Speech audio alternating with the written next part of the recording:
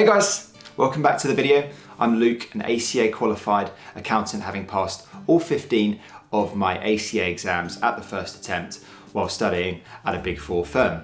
And after my time at the Big Four, I transitioned into a career within investment banking, and I now spend my days helping current ACA candidates smash their exams. And in today's video, we're going to discuss management information, which is a certificate level exam. We're going to discuss some advice and some tips to help you pass that paper. Management information is an exam which is predominantly focused on management accounting. It's less focused on financial accounting.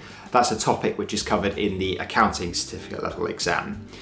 The core topics that you'll see covered in MI are the likes of cost analysis, budgeting, performance management, variance analysis. This module gives you a solid grounding in how to prepare management accounts. The exam itself has 33 questions in total. 32 of those are multi-choice questions, and then it has one long-form scenario-based question. So the multi-choice questions make up around 80% of the exam, and the long-form scenario-based question makes up 20% of the overall exam. So the exam is predominantly multi-choice based, but the long-form scenario-based question is still very important. The exam is very quantitative.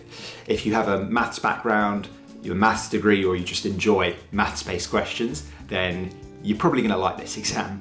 It's my personal favorite at the certificate level, if you can have a favorite. I loved studying towards this one. I found it super interesting, and I found it quite straightforward, but I do know that candidates who do struggle with maths-based questions and quantitative questions can struggle here. I'll make sure my advice in this video is tailored towards both audiences. The pass rate for management information is actually on the lower end of the spectrum when it comes to ACA exams. It's got a 75% pass rate. So yeah, it's quite low. Accounting is lower, that's 70%. So you can see that management information is quite a challenging exam. Not everyone passes it. In this video, I'm going to run through some tips and some advice to help focus your study and revision strategy and to make you feel more confident going into the MI exam. So yeah, let's get started. My first tip when it comes to doing well in the management information exam is to practice your computations. This is a maths heavy exam, there's no way of getting around it. The ICAEW make it clear that around 70% of the questions in the real exam are going to be calculation based. If you know you struggle with calculation questions and you struggled with the end of chapter questions during the study phase, then this is where you need to spend the bulk of your time during your revision phase. Practice, practice, practice your computations. Don't spend too much time going through the workbook. One read through of the workbook is more than enough to get a base understanding of the content and the material. Focus in on the examples, understanding the computations and how you would answer any similar questions that would come up in the real exam. Then it's all question bank practice from that point onwards. Make sure you complete the question bank, and importantly, understand all the questions and all the answers in the mark scheme. Hone in on those questions that you're getting wrong, understand why you're getting them wrong, and learn from your mistakes. Go through the solutions and be clear on how you would arrive at the correct answer if the question was asked again in the real exam. Be sure when you walk into the real exam on exam day that you've done as much question practice as you possibly can, because adequate question practice is going to be the difference here between passing the exam and failing it. The question bank for management information is a really good guide as to what's going to come up in the real exam. For exams such as accounting, I often feel that the question bank isn't truly reflective of the types of questions you get in the real exam. But for MI, the question bank is a fair reflection of the types of questions that you're going to be asked in the actual exam.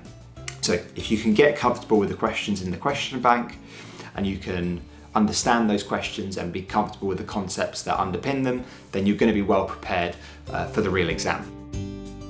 My second piece of advice to doing well in the management information paper is to master the scenario-based question. Similar to accounting, there is a long-form scenario-based question that you need to address in this exam. The main difference with accounting is that the scenario-based question in MI only comprises 20% of the total exam, whereas in accounting it's a much larger weighting, it's 40%. However, 20% of the overall exam is still a relatively large chunk, and I would argue that the scenario-based question in management information is much more straightforward than the scenario-based question in accounting. In management information, you'll be given one of 3 or 4 different types of scenario-based question. The question can either be budgeting-based, a variance analysis, absorption versus marginal costing, or a cost apportionment question. They're all fairly straightforward. Some are slightly easier than others, but you need to be able to address each type because it's random. Any one of those 4 types of question could come up. With the multi-choice questions, you cannot guarantee what's going to come up. Any topic from the syllabus can be tested, but with the scenario-based question, you do know what could potentially come up. It's going to be one of those 4 types of questions. So there's no excuse for not being prepared.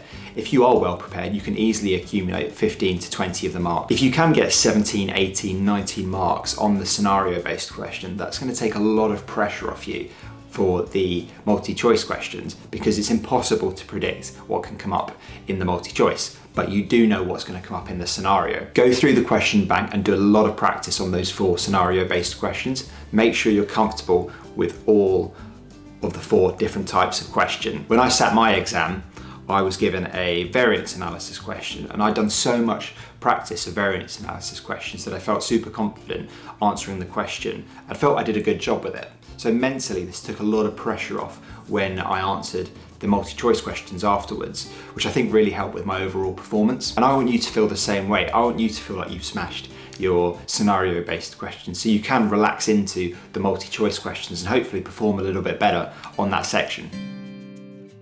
My next piece of advice when it comes to doing well in the management information exam is to decide on your exam strategy before you walk into the exam on exam day. As I've said, there are 2 distinct sections in the management information exam. You have the scenario-based question, which comprises 20% of the overall weighting, and you have the multi-choice questions, which comprises 80%. The first question you'll be presented with chronologically in the management information exam is the scenario-based question. That'll be the first question you'll be asked to answer. But just because it's presented first doesn't mean you need to answer it first. If you want, you can just skip it and move on to the multi-choice questions and come back to the scenario-based question at the end. My point here is you need to decide well in advance of the actual exam day which order you're going to attack the questions in. Are you going to attempt the scenario-based question first, or are you going to attempt the multi-choice questions first? It's a personal decision. It's something that you need to think about, but you need to decide on that well before you walk into your exam. I often recommend doing the multi-choice questions first because this is the larger chunk of the exam, and it also leaves you with the remainder of the exam once you've done the multi-choice questions to focus solely on the scenario-based question. Candidates can sometimes overrun if they attack the scenario-based question first because they get so absorbed in the scenario-based question that they get tunnel vision. So they kind of forget about the multi-choice questions and then they overrun on the scenario. And in this exam, you cannot run out of time to answer all the multi-choice questions because they represent 80% of the exam. So if you can't answer a lot of the multi-choice questions, your probability of failing is going to increase dramatically. The number one reason why candidates fail this exam is because they run out of time. They spend too much time on the scenario and they don't answer all of the multi-choice questions. After you've done your first few mock exams under timed exam conditions, then make the decision as to which approach works best for you. Practice some mocks by doing the scenario-based question first, practice others doing the multi-choice questions first, and just see which strategy works for you. My next piece of advice is to not be afraid to skip questions you don't know the answer to and come back to them at the end. The 32 multi-choice questions are primarily quantitative in nature. The primary reason why candidates fail this exam is because they get stuck on one particular question for 15, 20, 25 minutes, and they just are so determined to solve it that they run out of time to answer all the other questions in the paper. This is a surefire way to fail because you're going to run out of time to answer all the other multi-choice questions and even the scenario-based question. All multi-choice questions are weighted equally. No question is worth more than another. Getting one question wrong or skipping one question isn't the end of the world. You're not going to fail the exam if you get one thing wrong. So be diligent with your timings, be prepared to move on if you get stuck on a question and leave it behind.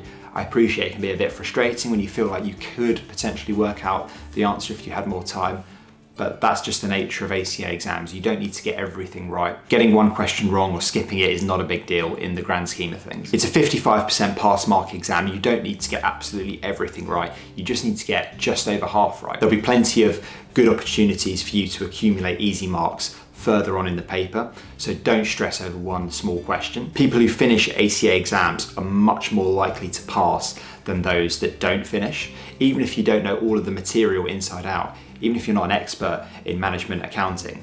If you finish the paper and you answer all the questions, your chances of passing are significantly greater than those candidates that don't finish the exam. Be able to move on from questions that you don't know the answer to. Don't spend an inordinate amount of time trying to solve something where you're not 100% sure of how to go about it.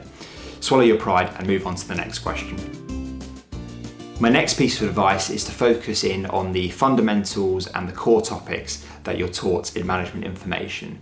The syllabus here in MI is incredibly broad and incredibly wide, like all of the certificate level exams. There's so much in the workbook, there's so much that you need to know. So you may feel overwhelmed by the amount of content that you're presented with. You'll likely only have a few weeks to study towards management information. So you need to focus in on the key points within each topic. The question bank is great because it will help set the scene for which areas you need to really focus on in your revision phase. You need to focus your time on those topic areas that are conceptually challenging, but are tested time and time again in the exam. You know, there's tons of questions on them in the question bank, they come up in the mock exams. Ignore the areas that aren't tested very often, those peripheral areas. What's really great about management information, I think, is that those fundamental topic areas remain constant. They're tested time and time again, and they come up pretty much in every exam. So once you get the hang of those pillars and those core topic areas, you'll be well positioned to be focused with your revision. Focus on those areas that are tested often, and don't worry too much about the peripheral areas of the syllabus. My final piece of advice when it comes to doing well within management information is to do the question bank 3 times. The first time around, do it chapter by chapter in the order that it's presented, and only look at the solutions if you really need to. Understand the questions that you're getting wrong, learn from your mistakes. You can refer back to the workbook to do a deeper dive on the concepts that you're struggling to understand as you work through the question bank. The second time around, I would create what I call equivalent mocks, which is where you take questions in a random order and put them into a 32 question plus 1 scenario question mock exam, focusing on those areas that you're not quite as comfortable. Then you'll get a feel for what an actual management information exam is really going to look like. You take all the questions you got wrong the first time round, put them in a mock exam format, and then you can work through that under timed exam conditions. The third time around, you go through the question bank 1 or 2 nights before the exam, going through any of those last few questions that you can't quite get right, can't quite get your head around, and just rote learn them just in case they come up in the exam. Cool, so that's some tips and some advice to help you prepare and ace the management information ACA certificate level exam. I hope that was all helpful.